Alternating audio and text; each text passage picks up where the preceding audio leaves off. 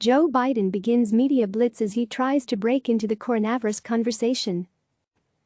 Joe Biden appeared in his first major interview Tuesday in the 2 weeks his campaign has been sidelined by the coronavirus pandemic. But in major cities across the United States, no one saw him.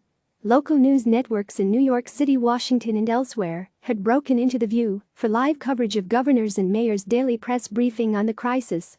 As the former vice president begins a media blitz aimed at forcing himself into the national conversation, the episode demonstrated how hard it has been for Biden to break through amid the focus on the actions of the federal, state and local governments. It's an irony of the moment Biden is in.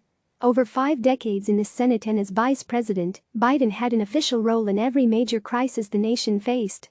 Now, on the verge of clinching the Democratic presidential nomination, he's on the sidelines, stuck at home with no votes to cast or decisions to make. Visit CNN's Election Center for full coverage of the 2020 race. Instead, Biden is offering shadow briefings, critiquing Trump's handling of health and economic matters, and detailing what he'd do differently. Biden told hosts of The View that he plans to do interviews regularly from a new studio set up in a recreation room at his home in Wilmington, Delaware. Later Tuesday, he was interviewed by CNN's Jake Tapper. He chided Trump for suggesting earlier in the day that Americans could return to work by Easter, April 12, and said Trump should use the Defense Production Act to force companies to produce needed supplies like masks and respirators. He says he's a wartime president. Well, God, act like one. Move fast, Biden said. Biden also appeared on MSNBC Tuesday, and his campaign scheduled a press briefing for Wednesday. On Monday, Biden made an on-camera public appearance for the first time in nearly a week, with a speech focused on the coronavirus response. The speech showed Biden's team is still working out how to manage its new reality as it grappled with technical miscues. By Tuesday's appearance on The View, those had been smoothed out. In his speech, he praised New York Governor Andrew Cuomo's handling of the pandemic. Cuomo, meanwhile, was midway through his own briefing, which cable news networks were airing live, ignoring Biden. It was another illustration of Biden's struggle to break through in an environment in which most media and public focus is on concrete steps being taken in response to the crisis. Aides have said they are looking for new channels for Biden and his campaign to communicate with the public. Rob Flaherty, Biden's digital director, said among the options being considered are podcasts and long-form videos. Ron Klain, a top Biden advisor who led former President Barack Obama's Ebola response, did a whiteboard explanation of Trump's coronavirus response and Biden's plan that has been viewed 4.3 million times on Twitter, nearly 400,000 times on Instagram and 235,000 times on Facebook. Biden said Tuesday he is beginning his days with back-to-back 90-minute briefings, one from a team of health experts his campaign assembled, another on the economic fallout of the pandemic.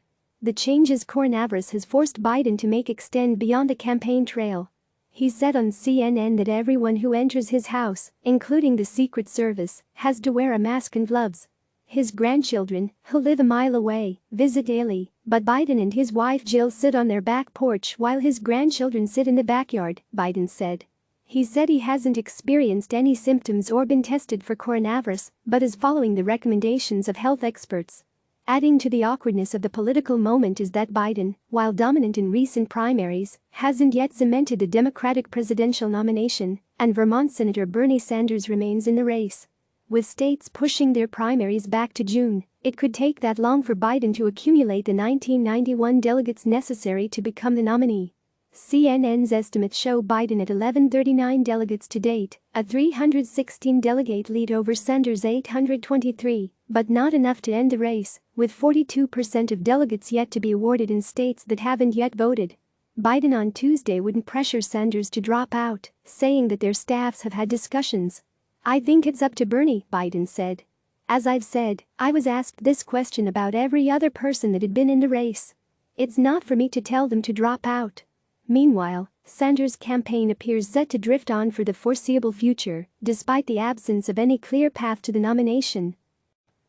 He has remained active and engaged with supporters through his robust social media channels, but he has largely gone missing from the national political stage, which has shifted to the states at the front lines of the crisis.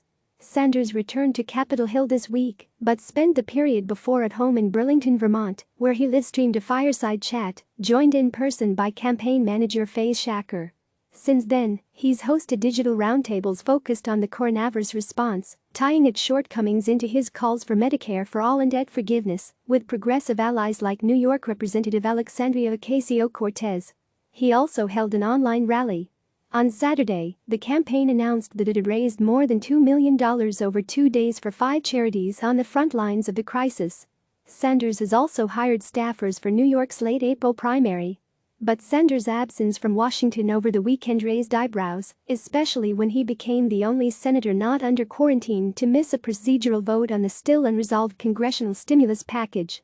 His absence was effectively a no vote, so he was engaging on policy remotely, said Keen Batt, Sanders' communication director in the Senate.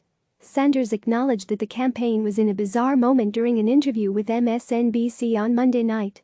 "What we are doing is transitioning our campaign to a virtual campaign.